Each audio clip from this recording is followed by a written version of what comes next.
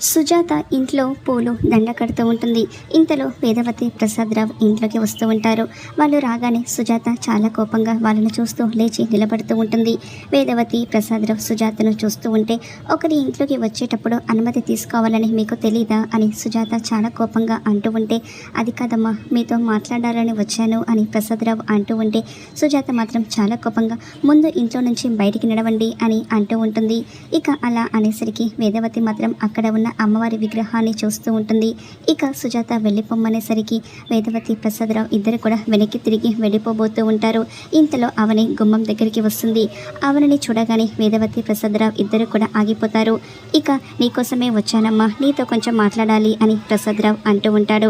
ఏంటి చెప్పండి అని అవని అంటూ ఉంటే, ఇక వేదవతి ఇలా అంటూ ఉంటుంది, రేపు వరలక్ష్మి వ్రతం కదా, అమ్మవారి విగ్రహాన్ని ముక్కు పుడకను తీసుకెళ్దామని వచ్చాను అని వేదవతి అమ్మవారి విగ్రహాన్ని చూస్తూ అవనికి చెప్తూ ఉంటుంది.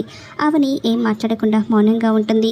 ఇంతలో నరసింహ ఇలా అంటూ ఉంటాడు, మీకంటే పొగరు గర్వం ఉన్నాయి, అవనికి అవేమీ లేదు. తన మంచితనంతో అమ్మవారి విగ్రహాన్ని ముక్కు పడకను మీకు ఇచ్చేస్తుంది అని నరసింహం అనేసరికి, అవని లేదు బాబా, నేను ఇవ్వను, అమ్మవారి విగ్రహం ముక్కు పడక నా దగ్గరే ఉంటుంది అని అవని కరకండిగా తెగేసి చెప్పేస్తూ ఉంటుంది.